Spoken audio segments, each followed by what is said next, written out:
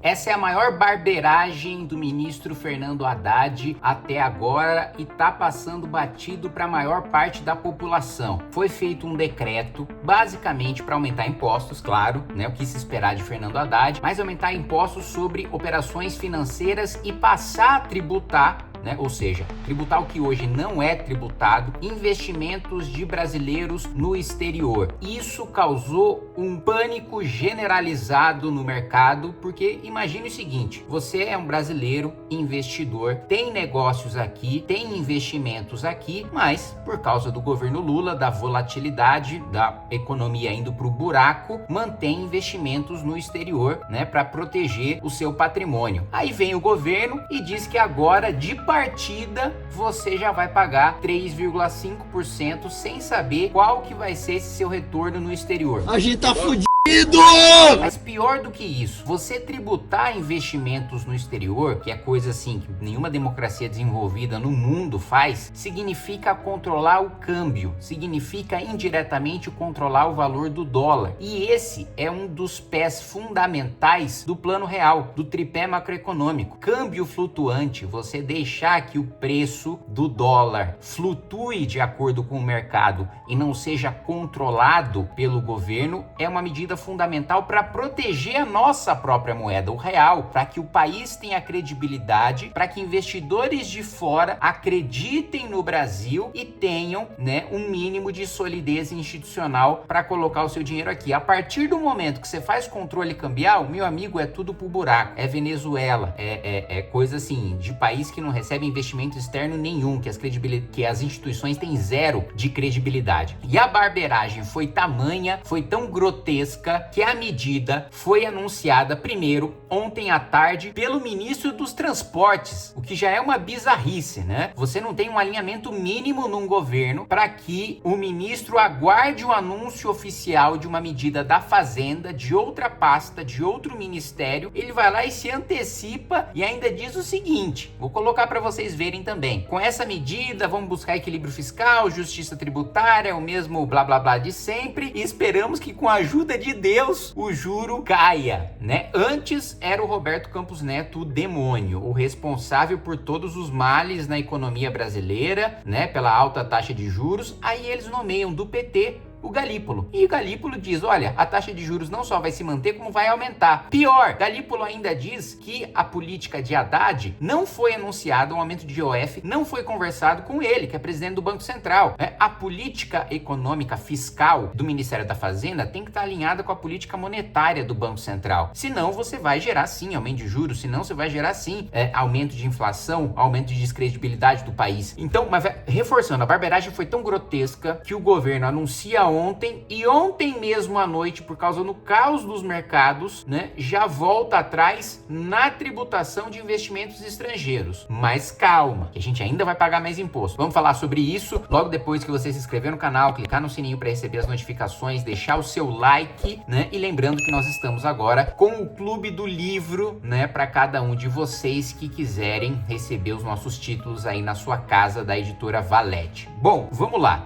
Eu vou pedir para o editor colocar aí a tabela na tela de como as coisas eram e de como elas ficaram, né? Cartão de crédito e débito internacional tinha aí um IOF de 3,38%, passa para 3,5%. Cartão pré-pago internacional, cheque de viagem para gastos pessoais, 3,38% para 3,5%. Remessa de recurso para conta do contribuinte no exterior para investimento, 1,1%. O governo queria que passasse para 3,5%, já voltou atrás e vai manter o 1,1%. Compra de moeda em espécie. Então, quando você vai na casa de câmbio antes de viajar e compra dólar, euro, ien, 1,10% para 3,5%. Então, assim, qualquer pessoa, e eu acho que a estratégia do governo Lula é colocar o flagelo nas costas da classe média, né? É colocar assim, olha, eu já perdi completamente os votos da classe média, então o que eu puder saquear tirar, espoliar institucionalmente a classe média, passar a mão no bolso da classe média com o máximo de imposto possível, eu vou fazer para promover medidas populistas para um eleitorado mais pobre, em que o Lula tem perdido popularidade, mas ainda tem a esperança de recuperar. Com a classe média, Lula entendeu que, na maioria dos casos, não vai ter o seu apoio. Então, a concentração na tributação está na classe média que, vamos supor, tem um sujeito que se preparou para fazer uma graduação, um mestrado, um doutorado fora, e aí manda, né, dinheiro para fora, para contas correntes internacionais,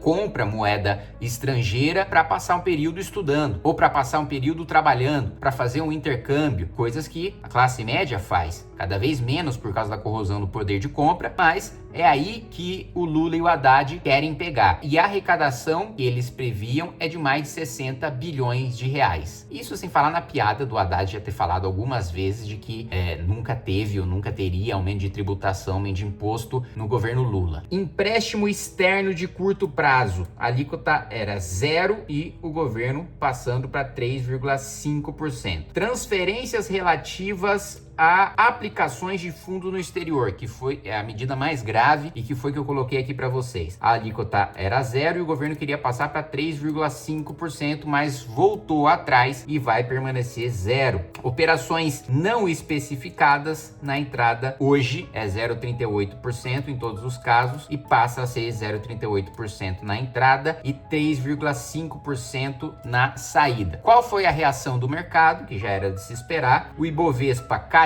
0,44% e a bolsa cair, né? Às vezes as pessoas acham que é só um número, que é lucro de acionista, lucro de mercado financeiro. Não. A bolsa cair significa menos investimento, menos financiamento para as empresas, ou seja, as empresas tomam o dinheiro, usam o dinheiro do acionista para fazer investimentos, né? Muitas vezes porque você vender ações, né, é mais barato do que você tomar um empréstimo no banco. E aí essas empresas investem, né, melhoram a sua produtividade, o que significa mais produtos sendo feitos com um custo menor, mais empregos sendo gerados, com salários maiores e qualidade de produto maior também quando as empresas investem esse dinheiro no seu departamento de ciência, tecnologia, pesquisa e desenvolvimento, né? Não é só um acionista, um sujeito do mercado financeiro ganhando ou perdendo dinheiro. É impacto direto na economia real, ao contrário do discurso completamente descolado da realidade de PT e de PSOL, que coloca o mercado financeiro como se fosse só uma coisa de rentistas e não como crédito fundamental em toda a nação, inclusive na China, né, que eles dizem admirar, mas assim, toda a parte de livre mercado, de capitalismo e de flexibilização de legislação, por exemplo, trabalhista que existe na China, eles escolhem ignorar completamente, né? Só querem copiar o modelo político, né, autoritário, mas o modelo econômico da China, que assim, hoje em dia de comunista não tem nada, aí eles preferem ignorar. Vamos lá, que mais? O dólar registrou alta de 0,32% e por causa de toda essa repercussão negativa, o governo decidiu voltar atrás. Mas assim, gente, é uma coisa tão básica, é uma coisa tão fundamental que assusta você ter um ministro da Fazenda tão despreparado, e não só um ministro, né? Um corpo técnico, porque o ministro tem que estar bem assessorado.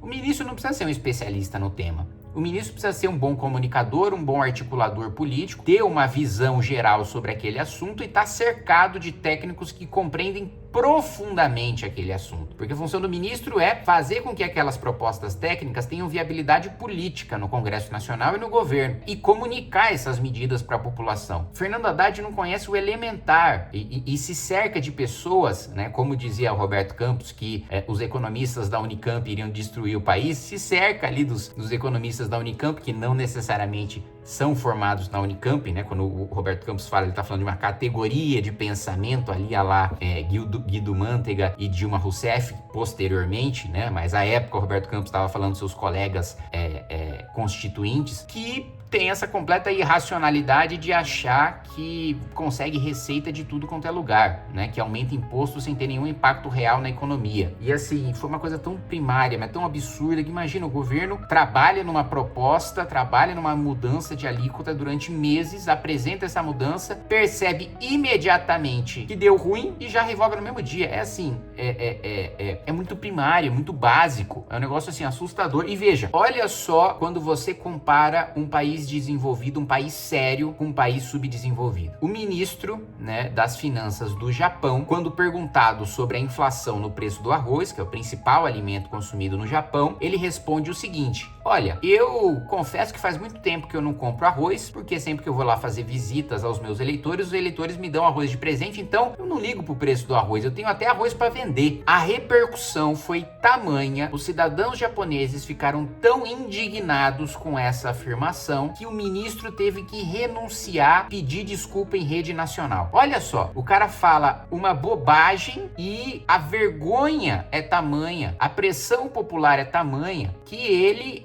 não é que ele foi punido por um órgão externo, não é que teve um ministério público, ele foi caçado, não, ele próprio renuncia e pede desculpa em rede nacional. Até eu vi uma piada no Twitter falando que era o ministro se tá caro não compre, né? Lembrando da fala do Lula, né? Ah, se tá caro vai lá e não compra. Veja, foi ainda pelo ministro japonês foi dito um absurdo menor. O Lula tá falando pra você não comprar comida e zero teve uma grande repercussão, teve um desgaste para ele, mas não teve responsabilização nenhuma, não teve o pedido de desculpas em rede nacional, muito menos ele renunciar ao cargo de presidente da República. Aqui não, o cara é pego roubando, o cara é denunciado, o cara tem provas concretas de que, porra, acham 50 milhões no apartamento dele, acha dólar na cueca dele e, assim, não só ele não pede desculpas, não se envergonha, não tem grandes indignações populares, muito menos ele renuncia ao cargo, como os próprios órgãos de fiscalização e controle não agem. Pô, imagina, no Japão o cara roubou num dia, no outro dia tá preso, acabou.